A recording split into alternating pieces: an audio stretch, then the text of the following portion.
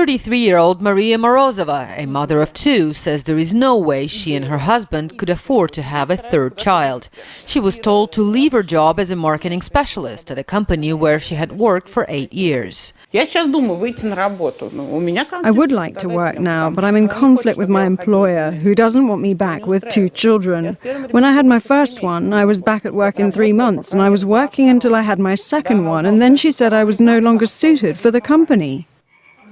Stories like Morozova's are common in Russia. Women here often are forced to choose between having a family and a career, and this is affecting the country's demographics. A report published by Standard & Poor's says Russia's population might shrink from roughly 140 million people to 116 million people by the middle of the century. At current spending rates, this would increase government age-related expenditures from 13% to more than 25% of gross domestic product.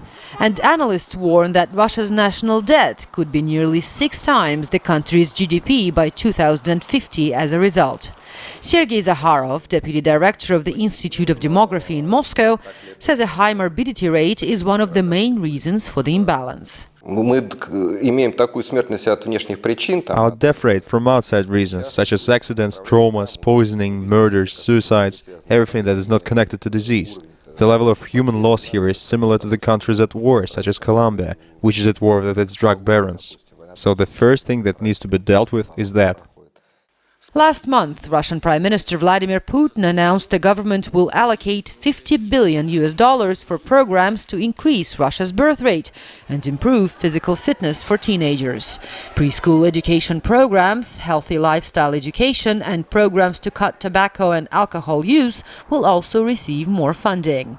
Demographers warn that by 2030, there will be one pensioner for every working person in Russia. They say the government might be forced to increase the minimum retirement age, which is now 60 years of age for men and 55 for women. Attracting more migrants to the country is part of the government's plan, but experts warn that this might face obstacles because of growing nationalism in Russia.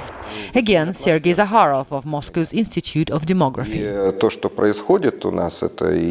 What is happening here in terms of religious tolerance, racial murders of the people who are different in the way they speak, their skin color, it's a total mess.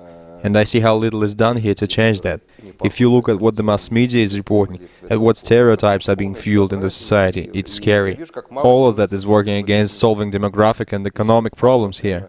The Russian government says its plans should help increase the country's population to 143 million people by 2015.